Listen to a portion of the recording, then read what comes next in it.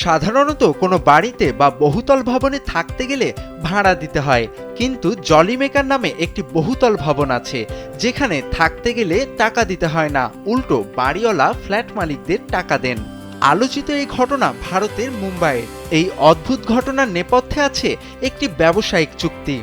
1970 সালে নির্মাতা যখন জলি মেকার অ্যাপার্টমেন্ট বিক্রি করেছিলেন, তখন তিনি ক্রেতাদের একটি প্রস্তাব দেন নরিমান পয়েন্টে তার অন্য একটি নির্মাণাধীন ভবন কেনার জন্য। তখন জলি মেকার ফ্ল্যাটের দামের 40% অতিরিক্ত টাকা তিনি ক্রেতাদের বিনিয়োগ করান। দেশের মানুষের দৃষ্টিশক্তিকে সুরক্ষিত রাখার প্রত্যয় নিয়ে এলো সেফ এলইডি লাইট।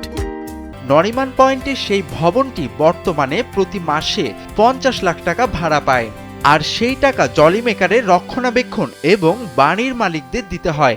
এজন্য জলি মেকার নামের বহুতল ভবনে যে ফ্ল্যাট মালিকরা থাকেন তারা রক্ষণাবেক্ষণের জন্য কোনো টাকা দেন না, উল্টো প্রতি মাসে 3 লাখের বেশি টাকা পান। ভিডিও দেখে মিশ্র প্রতিক্রিয়া জানিয়েছেন নেটিজেনরা।